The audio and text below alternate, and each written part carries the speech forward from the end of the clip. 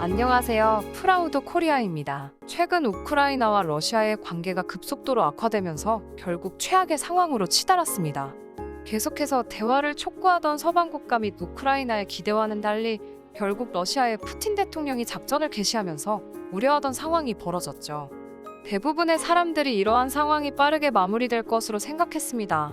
양국 간 군사 전력은 육해공을 통틀어 우크라이나가 압도적인 열세에 있는 것으로 나타났기 때문입니다. 특히 2014년 크림반도에서 패배 후 동부 돈바스 지역의 반군과 교전하며 실전 경험을 쌓은 육군에 비해 공군 전력 차이는 양과 질 모든 면에서 불리한 상황에 있었죠. 실제로 글로벌 통계 전문 업체 슈타티스타에 따르면 올해 러시아의 정규군은 85만 명에 달해 세계 4위 수준이지만 우크라이나는 20만 명에 그치는 것으로 나타났습니다. 더불어 탱크, 장갑차 등 진격 속도를 좌우하는 군사 장비들의 규모도 무려 3배에 달하죠. 또한 단순히 육군 전력 차이가 숫자에만 있는 것이 아닌 게 영국 일간지 텔레그래프에 따르면 양국 모두 옛 소련 시절 확보했던 무기를 가지고 있는 것은 동일하지만 러시아는 이를 꾸준히 개량해왔습니다. 그러나 우크라이나는 구형 무기에 서방이 제공한 일부 최신형만 갖춘 것으로 알려져 있죠. 현대전에서 가장 중요한 부분 중 하나인 공군력도 러시아가 우크라이나에 비해 압도적인 우위에 있습니다. 양국 간 총 항공 기수는 무려 13배나 차이가 나죠. 미국 뉴스위크에 따르면 우크라이나 공군의 최신 전투기는 30년 전에 만들어졌을 정도로 노후화되었고 파일럿의 연간 비행 시간도 30시간에서 80시간 정도로 나토군 파일럿에 요구되는 연간 180시간에 크게 못 미치죠. 결국 공군력에 있어서도 양뿐만 아니라 질적인 차이까지 크게 나고 있는 상황입니다. 그래서 대부분의 사람들이 러시아군에게 빠르게 제압당해 이러한 상황이 마무리될 것으로 여겼죠. 그러나 우크라이나 군은 지금까지 결사항전을 벌이며 러시아 군대의 진격을 최대한 막고 있는 상황입니다. 그리고 이러한 결사항전의 중심에 우크라이나 6대 대통령 볼로디미르 젤렌스키가 있죠. 그는 우크라이나 수도가 공격받고 함락될 수도 있다는 위기 속에서도 미국의 도피 제안을 거절하고 끝까지 수도에 남아 우크라이나 사람들의 사기를 북돋아주고 있습니다. 실제로 대부분의 칠러 우크라이나 국회의원들, 재벌들이 상황이 벌어지기도 전에 안전한 독일, 프랑스, 스페인, 이탈리아 등으로 대피하는 가운데 그는 자신과 자신의 가족들이 우크라이나를 떠나지 않을 것이라 말했고 그 약속을 지금까지 이어오고 있죠. 그렇기에 결사항전을 벌이며 러시아 군대의 진입을 저지하고 있는 우크라이나 군인들뿐만 아니라 일반 시민들까지 자신들의 나라를 지키기 위해 발벗고 나서는 모습이 포착되고 있습니다.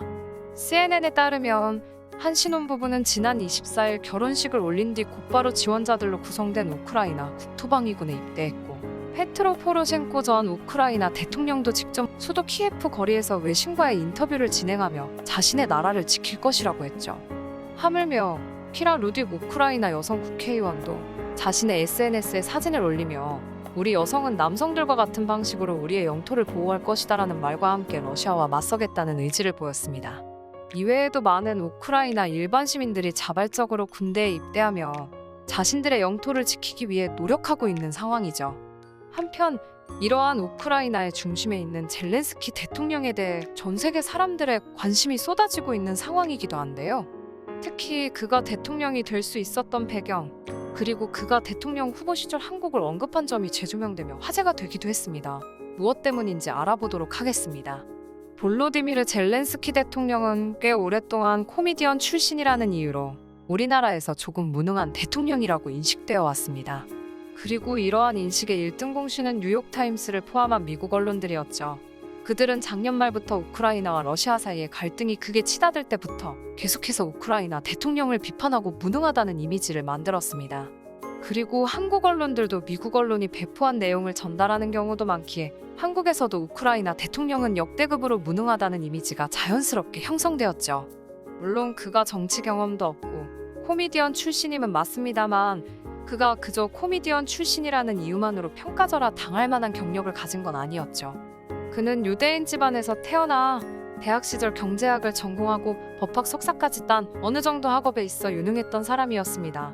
그의 부모님도 크리비리의 경제연구소 소속 교수이기도 하고요. 그는 어릴 적부터 코미디언을 꿈꿔왔다고 합니다. 그래서 그는 17세 때 TV에 처음 출연하여 각종 프로그램에 출연하고 인지도를 쌓아갔고 2015년에는 인민의 종이라는 시트콤에서 부정부패에 저항하는 청렴한 대통령을 연기했고 이 시트콤이 우크라이나 내에서 최대 시청자 수 2천만 명을 기록할 정도로 엄청난 시청률을 기록하면서 국민적인 인기를 얻게 되었다고 하죠. 인민의종에서 대통령 역을 맡게 된 그에게 혹시 진짜로 대통령이 될 마음은 없나라는 질문이 쏟아졌다고 합니다. 이에 본인의 대답은 아니오에 그쳤고 대통령의 역할이 현실이 되지는 않을 것이라고 못을 박았죠. 그러나 인민의 종 시트콤의 출연진들이 2018년 3월 인민의 종 정당을 창당하면서 젤렌스키 후보도 대권주자로 부상하기 시작했으며 고심 끝에 새해를 앞둔 12월 31일 대선 도전을 그가 선언하면서 본격적인 대권 레이스에 돌입하게 되었죠. 당시 우크라이나에서는 전임 대통령들의 계속된 실책으로 기존 정치인들에 대한 불신이 매우 높아진 상태였습니다.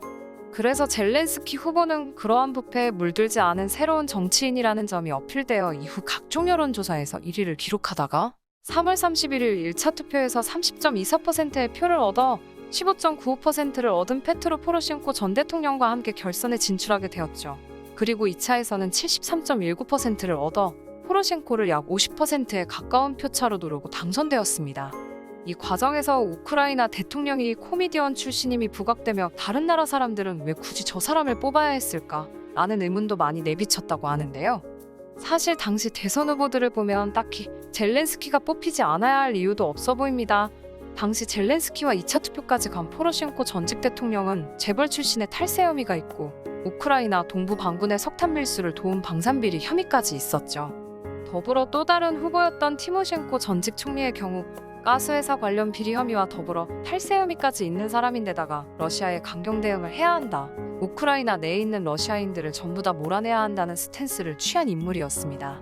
마지막으로 보이코 후보는 전직 장관 출신으로 친러시아 인사로서 러시아 말을 따르고 러시아 아래로 조용히 들어가자는 입장을 보이는 사람이었죠. 그렇기에 기존 정치인들에 대한 불신으로 지쳐가던 우크라이나 국민들 입장에서는 오히려 당시 젤렌스키 후보가 부정으로 찌들어 있던 우크라이나 정치계를 새롭게 바꾸어줄 사람으로 여겼을 만도 하죠. 어쨌든 이후에 그는 뉴욕타임스와 같은 언론사로부터 정치의 미숙한 점을 비판을 받기도 했으나 결국 최근에 일어난 사태에서 정말 국가의 원수다운 모습을 보여주며 전 세계의 사람들로부터 극찬을 받고 있는데요. 그가 대통령 취임식에서 진행한 연설에서 나는 평생 동안 우크라이나인들에게 웃음을 주기 위해 모든 것을 다해왔다. 그것이 나의 사명이었다. 이제 나는 우크라이나인들이 최소한 울지 않기 위해 모든 것을 다할 것이다 라고 약속했던 것을 지금까지 지키려는 모습을 보이고 있죠. 한편 젤렌스키 대통령이 후보 시절 한국에 대해 언급한 사실도 덩달아 화제가 되고 있는데요. 그는 당시 후보 시절 한국에 대해서 어떻게 생각하냐는 질문에 대한 대답으로 민주국가인 한국은 이웃에 독재국가가 있음에도 불구하고 어떤 성공을 거둘 수 있는지를 보여줬다며 한국은 경제발전, 민주주의를 함께 이루어냈고 발전할 수 있고 강하고 자유로운 나라가 될 수 있음을 보여주었다고 말했습니다. 더불어 우크라이나에서 한국 상품들이 많이 팔리고 있음을 자신도 알고 있다며 한국은 우크라이나에게 아주 좋은 본보기라고 덧붙였죠. 이를 통해 추측해보면 젤렌스키 대통령 입장에서는 과거 한국이 겪었던 상황들이 지금의 우크라이나가 겪는 상황과 비슷하다고 생각하는 것 같습니다. 물론 세세하게 따져보면 다른 부분들도 있으나 같은 성향을 보이고 있는 독재국가들이 주변에 있고 이에 맞서 싸우는 모습이 과거, 지금의 한국과 결을 같이 한다고 보고 있는 듯해 보이죠. 과거 한국이 이루어낸 결과를 바탕으로 현재 자신들의 미래를 그리고 있는 것이 아닐까요? 오늘은 이렇게 우크라이나에서 결사항전을 이어나가며 국가원수다운 모습을 보여주고 있는 젤렌스키 후보와 과거 그가 한국을 언급하며 자신들이 나아가야 할 방향이라고 말한 사실에 대해 알아보았습니다. 우리도 자유를 얻기까지 많은 희생을 치루어야 했습니다. 어떻게 보면 우크라이나도 과거에 우리와 같은 상황에 놓여 있는 것 같네요. 어쨌든 우크라이나가 이러한 위기를 잘 극복해서 자신들의 나라를 잘 지켜냈으면 하는 바람입니다. 여러분은 어떠신가요? 시청해주셔서 감사합니다. 구독과 좋아요, 그리고 알람 설정 부탁드립니다.